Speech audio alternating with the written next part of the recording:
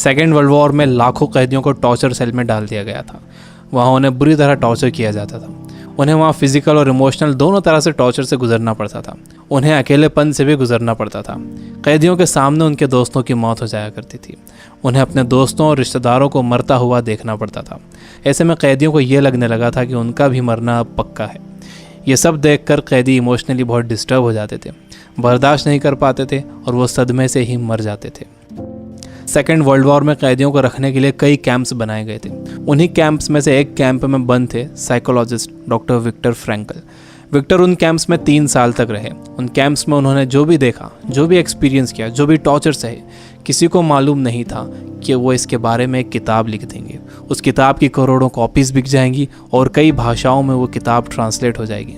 उन्होंने किताब लिखी जिसका नाम था मैन सर्च फॉर मीनिंग। अभी जो कोरोना क्राइसिस चल रही है, आप घरों में बंद हो, बोर हो रहे हो, अच्छा नहीं लग रहा है, तकलीफ़ हो रही है, तो आप अपनी इस तकलीफ़ को ज़रा इन टॉर्चर सेल्स के फ़ोटोज़ से एक बार कंपेयर ज़रूर करना। इससे मुझे पक्का यकीन है कि आपको अंदाज़ा हो जाएगा कि हमारी तकलीफ़ इन टॉर्चर सेल्स की तकलीफ़ के मुकाबले कुछ भी नहीं है।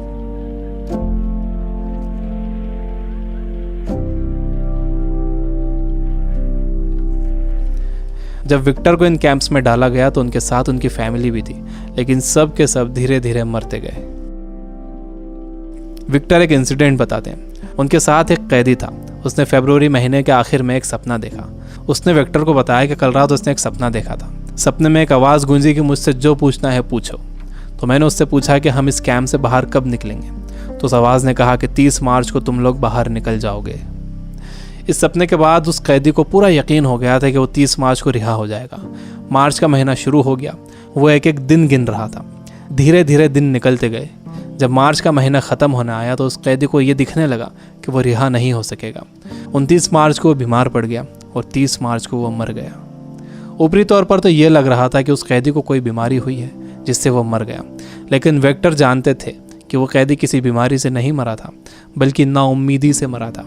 उसके मरने की वजह थी उम्मीद का ख़त्म हो जाना, होप का ख़त्म हो जाना। Biggest lesson of this book, इंसान को तकलीफ़ें नहीं मारती हैं, इंसान को धोखा नहीं मारता है, इंसान को चैलेंजेस नहीं मारते हैं, इंसान को नाउम्मीदी मार देती है। जिस इंसान के अंदर आने वाले कल की कोई उम्मीद नहीं होती, कोई ख्वाब नहीं होता, वो इंसान भी नहीं रहता।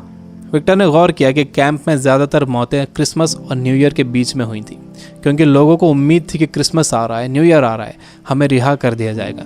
लेकिन जब ऐसा नहीं हुआ तो उनकी उम्मीदें टूटी और वो मर गए।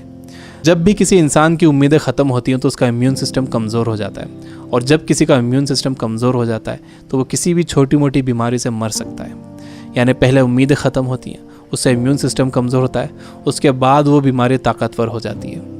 दूसरी चीज़ विक्टर ये बताते हैं कि आपके पास ज़िंदा रहने के लिए एक बड़ा सपना होना चाहिए, एक लॉन्ग टर्म गोल होना चाहिए। जिसके पास आने वाले कल के लिए बहुत बड़ा ख्वाब है, उसके लिए आज की तकलीफ़ें, आज की प्रॉब्लम्स बहुत छोटी होती हैं। जब किसी का बिलीफ बड़ा होता है, किसी का कॉन्फिडेंस बड़ा होता है, किसी का सपना बड़ा होता है, किसी का कमिटमेंट बड़ा होता है, तो उसके सामने आने वाली क्राइसिस, प्रॉब्लम्स, तकलीफ़ें सब छोटी हो जाती हैं। हम कोरोना वायरस की क्राइसिस से घर में रहकर मुकाबला कर सकते हैं। आपको अपनी सुरक्षा करना है, लेकिन इससे घबराना नहीं है। आपको अपनी उम्मीद को ख़त्म नहीं होने देना है। विक्टर कहते हैं कि जब कोई प्रॉब्लम या बीमारी आती है तो आपकी बॉडी कमज़ोर पड़ जाती है, लेकिन आपका माइंड बहुत पावरफुल है। आपको इसे कमज़ोर नहीं पड़ने देना है। आप रोज़ टीवी देख रहे हो, आप बुरी न्यूज़ सुन रहे हो कि इतने मरे, इतने बचे, इतने सीरियस, यह आपको मेंटली वीक बना देगा। आप मेंटली वीक हो जाओगे तो आपका इम्यून सिस्टम भी कमज़ोर हो जाएगा, जिससे आपका बीमार होने का ख़तरा बढ़ जाएगा। विक्टर कहते हैं कि वो 3 साल इन कैंप्स में इसलिए ज़िंदा रह पाए क्योंकि उनके पास कल के लिए बड़े सपने थे, विल पावर थी, उन्हें एक किताब लिखना थी।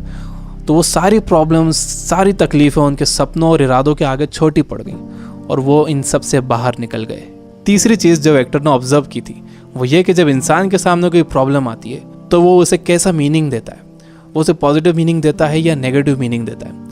जैसा भी आप उसे मीनिंग देते हो, ये मीनिंग ही उस प्रॉब्लम को आपके लिए मुश्किल या आसान बनाता है। आपका मीनिंग उस प्रॉब्लम को या तो और बढ़ा देगा या उसे ख़त्म कर देगा।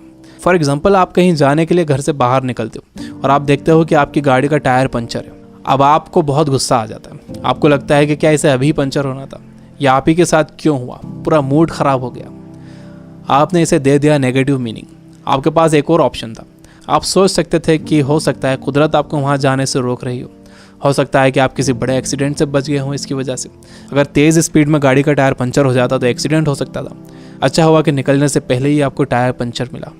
ये है पॉजिटिव मीनिंग। इंसान यूजुअली नेगेटिव ही सोचता है और इस नेगेटिव सोचने की वजह से हम हर चीज़ का नेगेटिव साइड ही देखते हैं, उसका पॉजिटिव साइड नहीं देखते। जैसे कोरोना क्राइसिस में जितना टाइम आपने फैमिली को दिया है, क्या आपने कभी पहले इतना टाइम दिया है?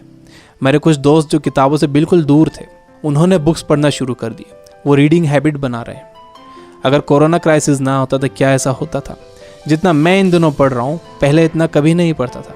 जितनी सफाई लोगों ने रखनी शुरू कर दी है, पहले कभी नहीं रखते थे। बार बार हाथ धो रहे हैं, अच्छी तरह हाथ धो रहे हैं, सोशल डिस्टेंस मेंटेन कर रहे हैं, किसी लाइन में लगे हुए हैं तो दूर दूर खड़े हो रहे हैं। आसमान साफ नज़र आ रहा है, हवा साफ हो गई है, समंदर का पानी साफ हो गया है। ऐसा लग रहा है कि नेचर ने जैसे रीसेट बटन दबा दिया। हमें ये पॉजिटिव साइड्स भी सोचना चाहिए। जब तक आपके पास नेगेटिव मीनिंग है, आप उस क्राइसिस से डील नहीं कर सकते। हर प्रॉब्लम उसके साथ एक इक्वल अपॉर्चुनिटी भी लेकर आती है। दुनिया जब से बनी है तब से अब तक उसमें प्रॉब्लम्स ही प्रॉब्लम्स हैं। अगर ये प्रॉब्लम्स नहीं होती तो हम यहाँ तक ग्रो नहीं कर पाते। सबसे लास्ट में विक्टर कहते हैं कि आपसे सब कुछ छीना जा सकता है, आपकी धन दौलत, घर, गाड़ी, बीवी, बच्चे, माँ बाप, दोस्त, सेहत, लेकिन एक चीज़ नहीं छीनी जा सकती, वो है आपकी पावर ऑफ डिसीजन। आपसे फैसला करने की ताकत कोई नहीं छीन सकता। अगर आप सिचुएशन से घबरा कर फैसला करते हो तो वो सिचुएशन आप पर हावी हो जाएगी, लेकिन अगर आप सिचुएशन के हिसाब से खुद को बेहतर बनाते हो और डिसीजन खुद लेते हो तो आपकी ज़िंदगी बदल जाएगी। दुनिया में इससे पहले भी कई बीमारियां आई हैं जिससे करोड़ों लोगों की मौत हुई है। उसकी वजह ये थी कि लोग अवेयर नहीं थे, उनके पास इन्फॉर्मेशन नहीं थी, इन्फॉर्मेशन लेट पहुंचती थी, बीमारी से डील करने के साधन नहीं थे। लेकिन आज का वक्त सबसे अच्छा वक्त है।